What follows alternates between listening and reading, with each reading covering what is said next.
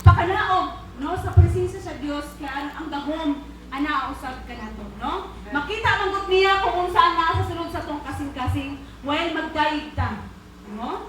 So inana ka importante ang atong mga pagdayeg no. Dili kay ingon na sila nga ana paano na siya nahimunyuhan no. Ay grabe na ilang mga kuan nga sobra-sobra na. Medyo maulog yan ko sa una. Kanang wala pa dito ako kabalo. Medyo maulog ko kay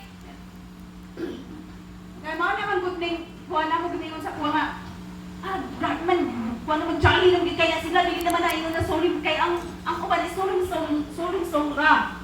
No? Na kanang pero kita is ato yun gihatag ang tanan, no? Or gihimo na to ang tanan nga mga pagdayeg aron sa pagpahimaya og alam sa atong buhi nga Dios. Sige, si Brad Pedro Minyor. Ano ang ato ang ginatunan ay kumugit sa about sa ining espirituhan nga bahin no. Tama gyud. Ang nabukol karon mga igsoon, ang espirituhan nga bahin. So atong adik nato biyaan ang mga materyal ng mga butang po. Dili sa yuta. Tinuod na biyaan.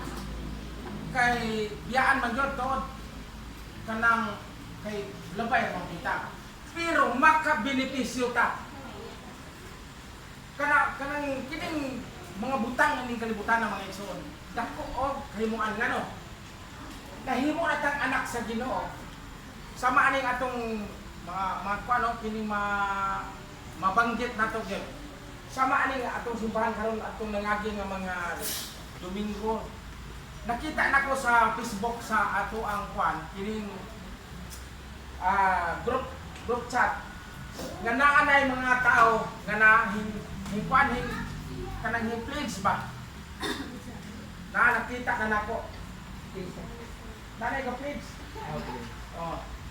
mao na nga ngano nga naka-pledge tungod sa naapoy makuot gamay ba mo nga kinahanglan og revelado ang atong pagpangalagan kay kun biyaan nato ang pagpaningkamot sa kaugalingon kana pang mga material nga mga butang nah, di ko'y pinaoy. Dali ang kamatayon sa tao. Nga naman, mangandoy ang kamatayon mo gata sa disod ka ng kalibutan na.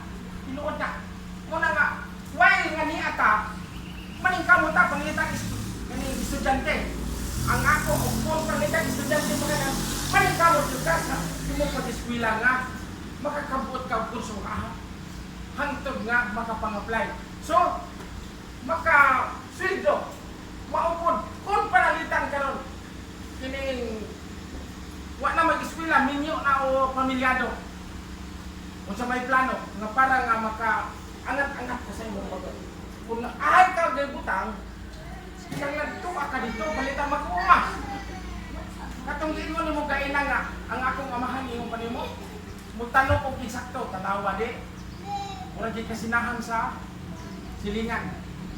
Muna mga isogin na ito, biyaan ningon anak ng pamagi. Ang kapilyor ko na ito, sa dihan nga magatungkol tang espirituhan ng bahay. Biyaan naman, dahil nungdong ko sa anunang sauna. Dahil nungdong ko sa anunang sauna ng kapilyor. Biyaan ang mga yuta, biyaan, hantod nga, nagkalisod ang mga tao. Mao nga na ining kabuntagon mga ison, samtang panahon pa mga ison. Maningkamot ta, kung asa gibutang sa Ginoo imong bukisyon, trabaho ba? O kahibalo unsa man ang imong dito ka maningkamot para nga makatabang ka. Para panalitan karon mga profesional. Dako siya katabang. Si GR yung pledge of Jezmel mga igsoon. Nga naman tungod kay na sa sundo. Nakita nako sa iyahang gi-plus ni Pastor. Ang una gyud nakita nako si Pastor. Okay. Nakatabang sa atong iglesia. Dili kay mo ay magkagad-hagad lang taga. Ang atong kunang kaayo.